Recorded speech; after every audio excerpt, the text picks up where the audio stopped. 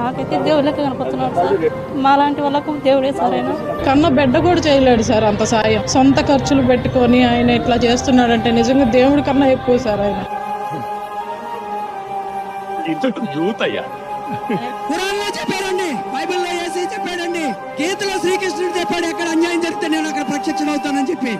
ఆ పవన్ కళ్యాణ్ గారు మాకు కృష్ణుడండి. ఆయన మాకు దేవుడు, ఆయన మాకు ఇంకా మా కోసం ఆయన.